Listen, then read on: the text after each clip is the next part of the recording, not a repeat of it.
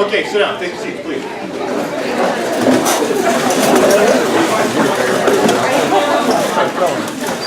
So, a couple of things happened there. Even though some of you didn't play well in the first exercise, some of you did, and I could feel it.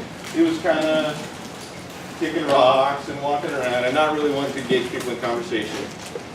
The second exercise, two things happened. First of all, everybody played along, but it was silly. It was kind of goofy, and it was a little bit awkward for some of you, but everybody played along. But what's interesting to me is the thing that happened next. What happened after that initial silliness, awkwardness, is it became real. You were genuinely laughing. You were genuinely high-fiving to being silly because it was fun. For no reason other than you chose it. And you can feel it in the room. I mean, I couldn't get you all to be quiet so that I could reestablish contact. I couldn't.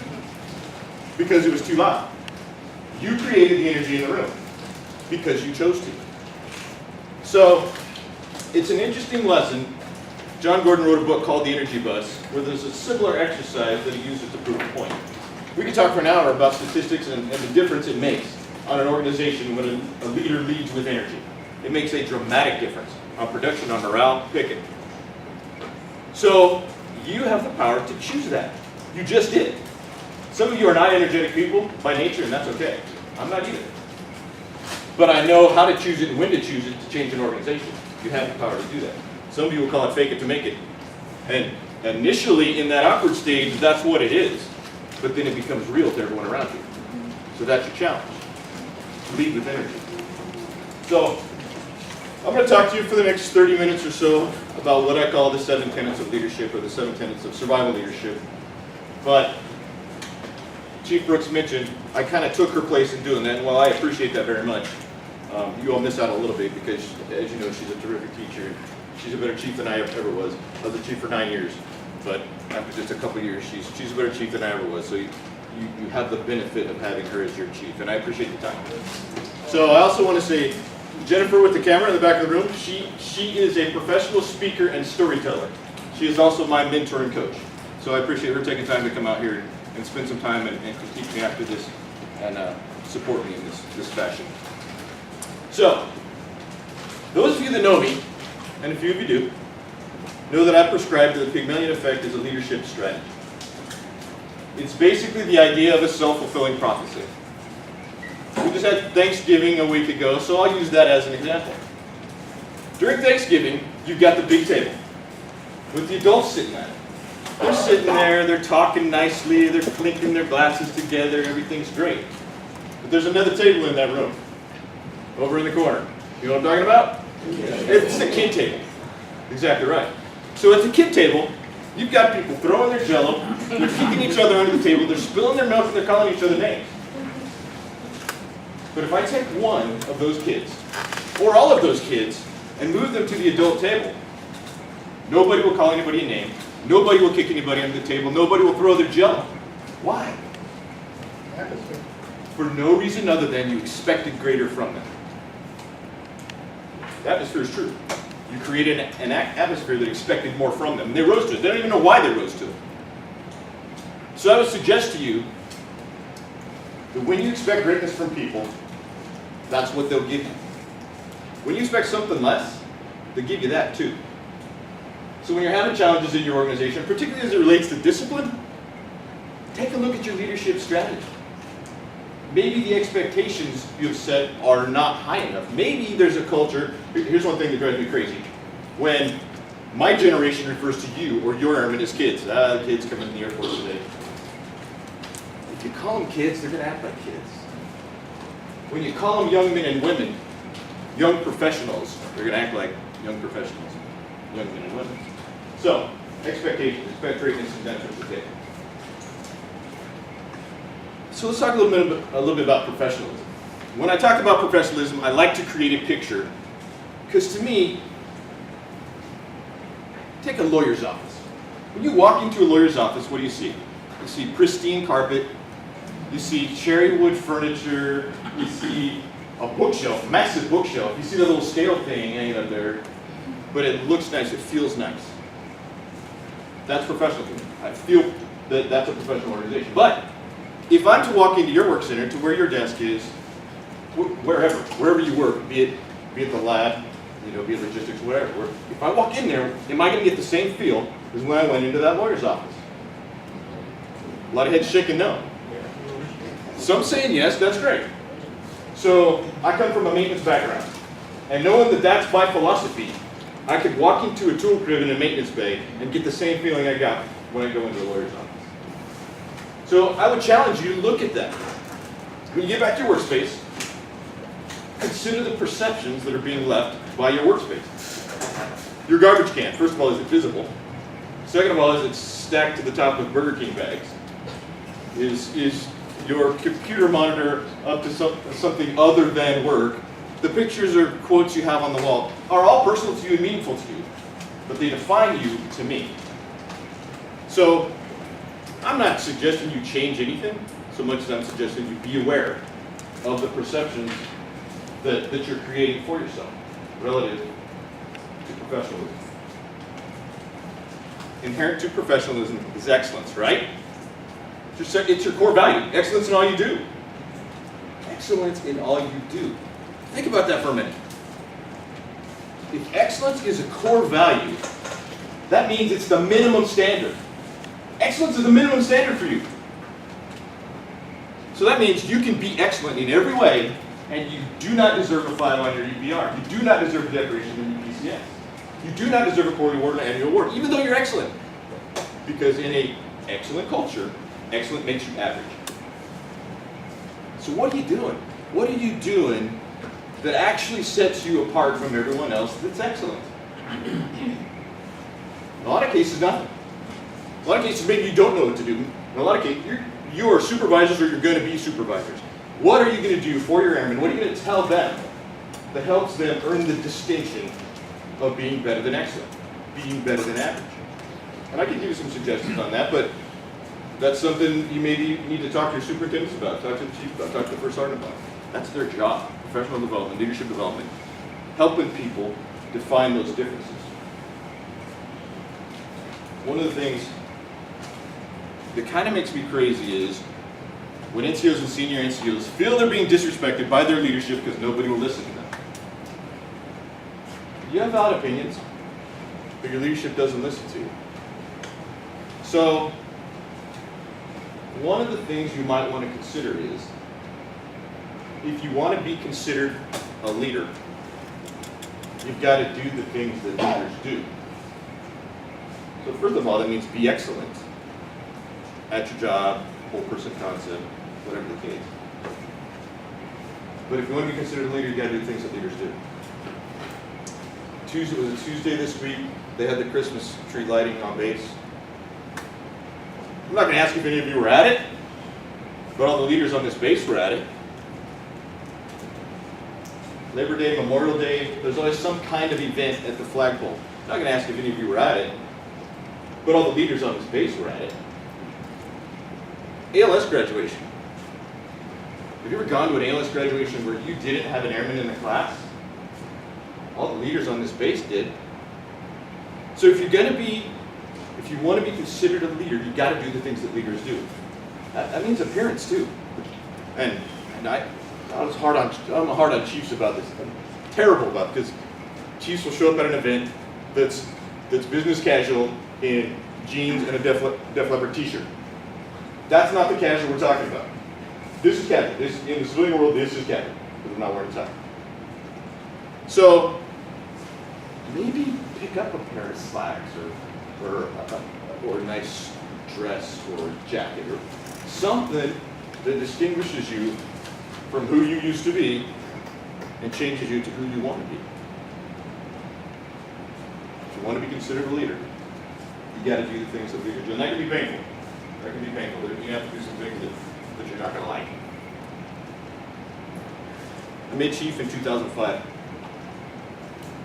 We send chiefs to Chief Charm School. Some it takes a little better than others. But I went to Chief Charm School at Randolph Air Force Base under AETC. It was hosted by the command chief of AETC, who at the time was Rod Ellis. Rod Ellis is a very strong chief, humble man, a terrific guy. Maybe some of you know. But he came in one morning and he He's talking to a room full of new chiefs, and he says, I gotta tell you what happened to me last night. He said, I walked into the dining facility, and I saw an airman who was in civilian clothes, but his fingernails were painted black. His fingernails were painted black. The Chief Ellis walked over to the airman, and he said, identified himself, of course, then he said, do you realize you're not able to be in this dining facility with your fingernails painted black? Everything the airman said. He said, where's it written? Where's it written? Prove it to me. The Chief Ellis turns to the side, points to his stripes. He said, it's written right there. So whether you disagree with the message or not, take the point. It'd be nice, as leaders, if everything was written down, if I could refer to an AFI to give you an answer on anything, that would be great, but that's not the case. Your NCOs, you get paid to exercise your judgment. The more stripes we give you, the more judgment we expect you to exercise. So don't ever let anybody tell you not to exercise your judgment. Ever. That's what you get paid to do. Another quick story about judgment. Almost off the topic. If you haven't figured out yet, your chief is my wife. We are tied. That's how I know her. Believe me, that's how I know her. So a few years ago, we were stationed at Lodges Field in the Azores. We had just got to the island. I was a new senior master sergeant, first sergeant. She was a tech sergeant at CIC the lab, also running the drug program. So this was within a week of us arriving the island. So the wing commander decided to do a drug sweep. So I'm the lead first sergeant, so I'm putting it all together. I'm bringing everybody together, we're rousting everyone out of the dorm, we're taking them over to the theater, we're doing this whole thing. When they get to the theater, she's there collecting ID cards, pointing out observers, and giving out bombs. So at some point in the chaos of all these airmen milling about in the theater, I hear this voice. It sounds a lot like my wife's voice, saying, hey Rob, can I get some help over here? So I thought to myself, here's a tech sergeant referring to a senior master sergeant, first sergeant as Rob, in front of 200 airmen who have no idea that we're together because we just got to the island. So, what do you think I said? I said, Sergeant Brooks, you will either refer to me as senior master sergeant or first sergeant. Is that understood? And it was understood for many cold nights.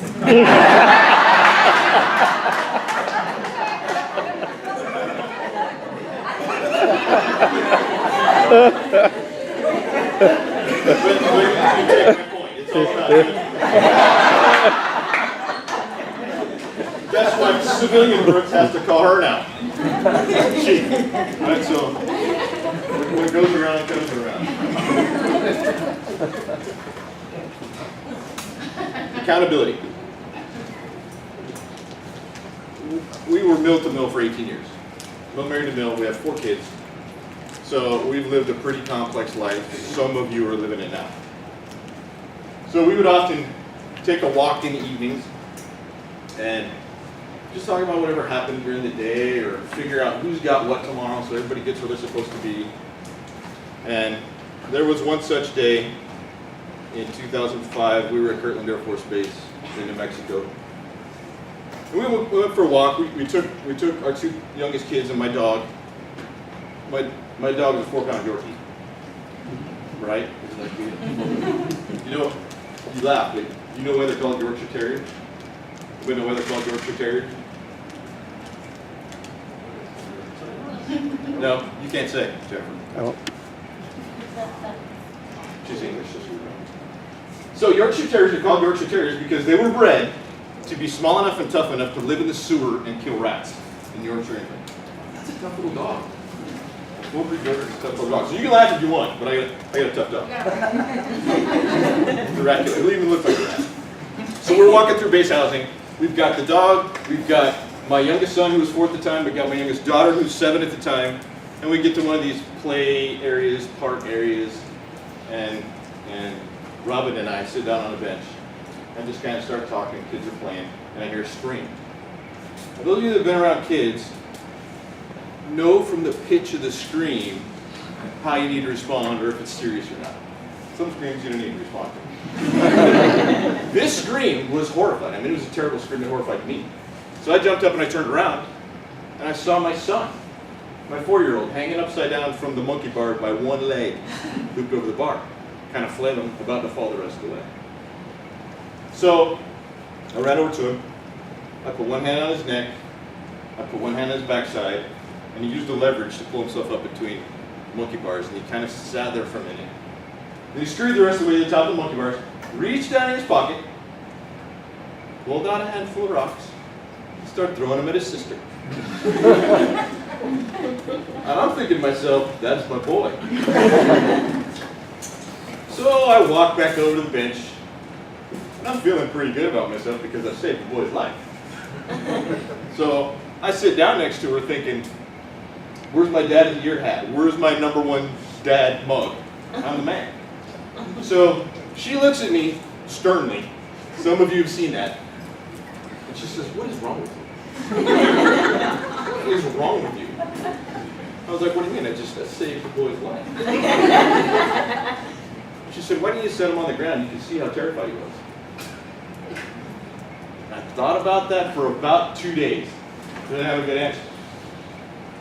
Because I could have set him on the ground.